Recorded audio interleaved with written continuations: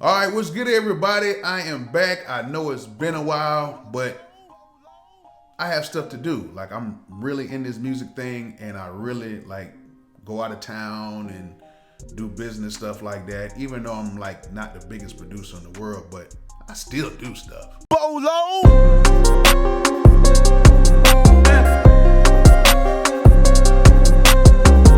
As you can see, I'm in the new room, which is right next door to my home studio. It's just the extra spare bedroom we have down here in the basement. And it was my wife's like craft room, but I had to make it get out because I want to make this my media room for like my YouTube stuff or whatever.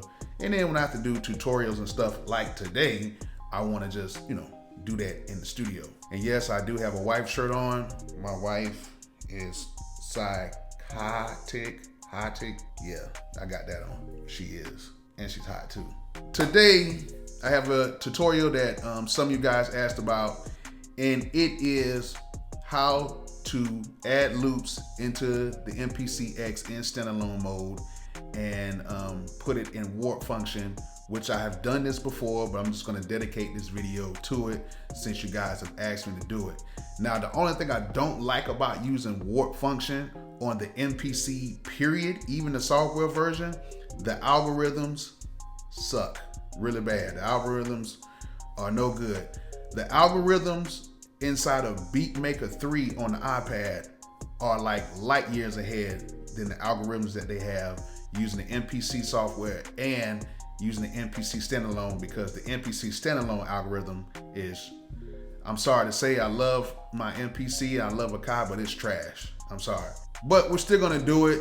The sample might end up sounding a little choppy, sped up or slowed down due to the algorithms, but at least you'll know how to do it, so when they do correct it, which I hope they correct it, and I hope they give us a better, GUI with it, so we can edit in sequence mode, but who's asking for that?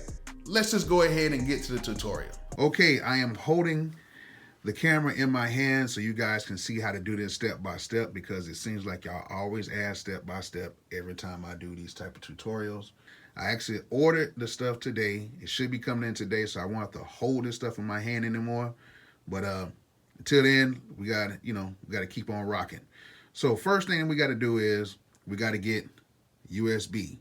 This has my samples on it, and we're gonna plug it in. So we're gonna go behind here, and we are gonna plug in this USB. Now, what we're going to do, we are going to load up an empty project. And as you can see, there's program 1, which that is an empty program. Hopefully, I got everything turned on the right way over here. Everything's patched in the patch bay. That's turned on. Everything's in here, so we're in standalone mode.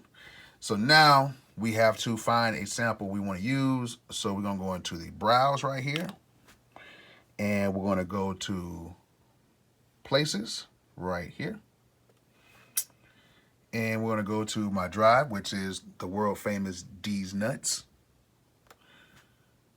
And we're going to go down to where I have my sample stored, which we can just go down here. But I have some samples from Splice that I have. I do have a subscription with Splice. They're dope. Love some of their sounds. They're a good starting point. This is not a video like me trying to me being sponsored by Splice or nothing like that. I just really like to use some of the sounds, and I really want to just kind of test it out and see how it was. So let's go ahead and pick out a sample.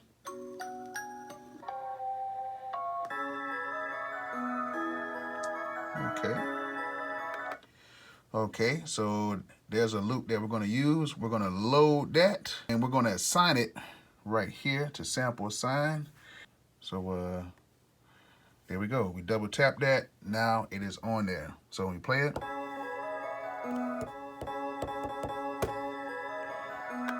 okay, so now we have to go back into the main portion, and we know that that loop is at 147 BPM. So we're going to put this on 147. Now, what do we have to do next? We are going to go into the warp samples. I'm going to click on that. What we're going to do now is we have to find the BPM and all that good stuff, whatever. But we already know what it is. It's 147. We can do the BPM sync. We can do the auto BPM, all that stuff. But we already know what it is, so we're not going to do that. So we're going to click right here where it says warp. And BPM gave us 73, but we don't want that. We want to match this BPM with the BPM that we know, which is 147. So we have the BPM in. We are locked and loaded. Let's go ahead and sample in the sample.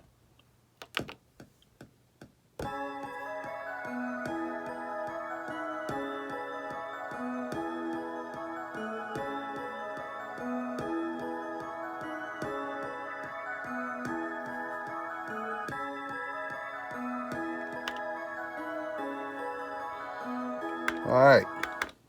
Okay, so the loop went in real good. As you can see at 147, it plays. Now, like I told you before with the algorithms, it's going to sound a little bit choppy when we try to speed up and slow it down because the algorithms are not that good inside of standalone mode. They're better in the software mode because you have different algorithms to choose from. But in here, it's only one algorithm, and it's very, very, very basic. So when I play this, I'm going to go to the BPM, and I'm going to turn the BPM down and speed it back up so you can hear how it sounds and how you can manipulate the sample from there. Let's go ahead and play it.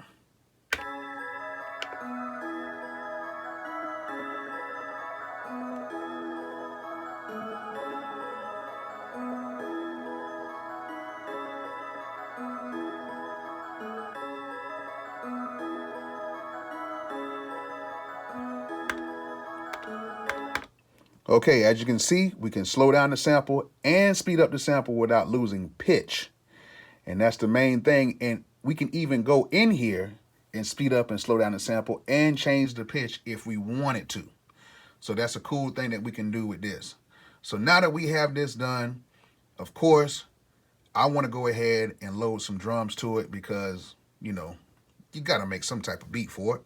So let me go in here. Let me browse. Let me go into my documents. Let me pick out a drum program I already have in here, which is my trap drums kit. Let me load that, which is something I already put in here. If you want to learn how to do this, just let me know in the comments and I'll show you guys how to put drum kits in here. It's basically the same way as adding in samples. So let me go to track 2 and let me change this program to my trap drums.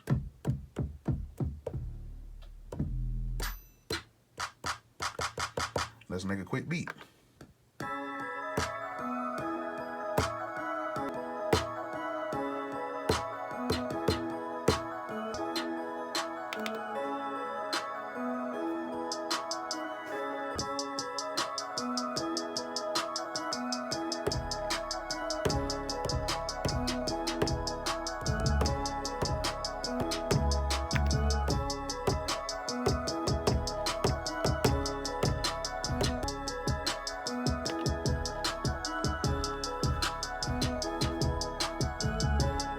All right, so there it is. Just made a quick beat.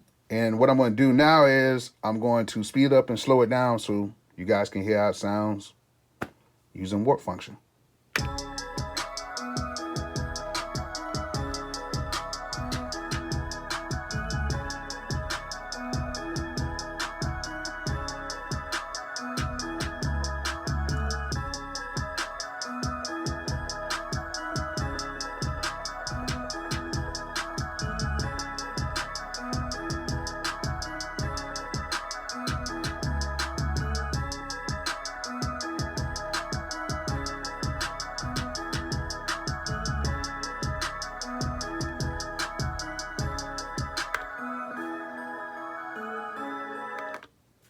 All right, there it is. A great tutorial, very fast, very quick. I hope you guys learned something from it. If you like it, don't be scared. Like, hit that subscribe button because I do make pretty decent videos, I think. And please comment, let me know how you think, how the video went. please, please, please turn on those post notifications so you will know when I have another video coming out. And you know what I'm saying? And hit that like button too if you like it, or hit the dislike button if you don't like it. Let me know how I'm doing. And like I always say, peace out.